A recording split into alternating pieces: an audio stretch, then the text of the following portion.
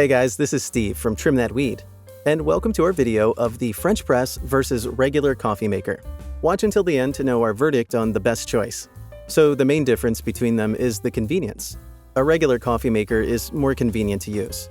All you have to do is set up with your water and coffee grounds, and then the machine will take over the rest of the work for you. On the other hand, a French press could be more convenient. You must be keen on the water temperature, plunge rate, and brewing time. If this is not taken into consideration, your brew becomes terrible. The regular coffee maker is therefore the more convenient option. Caffeine.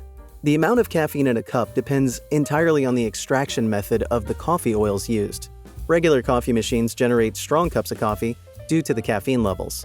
On average, a small cup contains 95 milligrams of caffeine, whereas a French press machine generates about 75 milligrams of caffeine for a small cup. Regular coffee makers generally produce cups of coffee with higher levels of caffeine. Volume. Coffee brewing machines come in different sizes. However, the French press serves a maximum of around 5 cups, whereas the regular coffee machines serve up to around 14 cups. Remember that, unlike the coffee drip machine, the French press does not keep the brew hot. So the regular coffee machine produces more cups of coffee, and it keeps it nicely hot for a longer period of time. Comparison table. From the table, you can tell that there is a huge difference in the quality that you get from the French press and a regular coffee maker. A French press produces good quality coffee, rich in taste and flavor. However, the volume and strength of coffee produced by a regular coffee machine is greater. What are the similarities?